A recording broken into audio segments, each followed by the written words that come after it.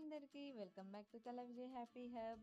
ఇవాల్టి రెసిపీ ముల్లంగి చట్నీ ఎలా చేసుకోవాలో తెలుసుకుందాం రండి. ముందుగా ఒక ప్యాన్లోకి కొద్దిగా నూనె వేసుకొని ఉద్దిబ్యాలు, శనగపప్పు, జీలకర్ర, ఎండుమిర్చి వేసి వేయించుకోవాలి. ఈ చట్నీ చాలా టేస్టీగా ఉంటుంది. వేడివేడి అన్నంలోకి, జొన్న రొట్టె, చపాతి, దోశ, ఇడ్లీలోకి కూడా చాలా బాగుంటుంది. ఇలా వేగిన ఎండుమిర్చిని మనం ఒక బౌల్లోకి తీసుకుందాం. పప్పు దినుసులు, ఎండుమిర్చిని తర్వాత అదే ప్యాన్లోనే 1/2 టేబుల్ స్పూన్ ధనియాలు, ముందుగా కట్ చేసి పెట్టుకున్న మీడియం సైజ్ ఒక ముల్లంగి ముక్కలు వేసుకొని వేయించుకోవాలి. కొద్దిగా ఈ ముల్లంగి ముక్కలు వేగనివ్వాలి.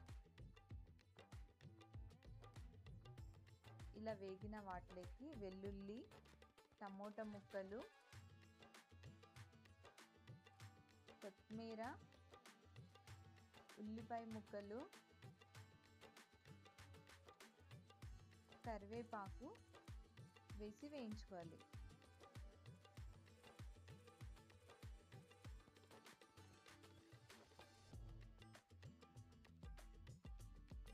బాగా కలుపుతూ వేయించుకోవాలి. తర్వాత కొద్దిగా చింతపండు వేసి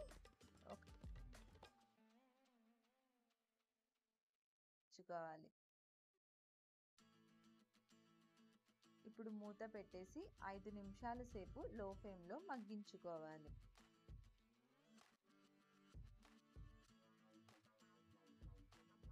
చూడండి, మగ్గిపోయింది. ఈ మగ్గిపోయిన వాటిని ఒకసారి కలిపి చల్లార్చుకోవాలి. చల్లారిన తర్వాత మిక్సీ జార్లోకి తీసుకోవాలి.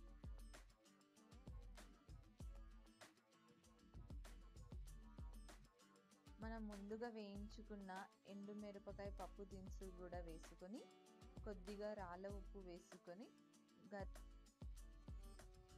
గరుకుగా మిక్సీ పట్టుకోవాలి.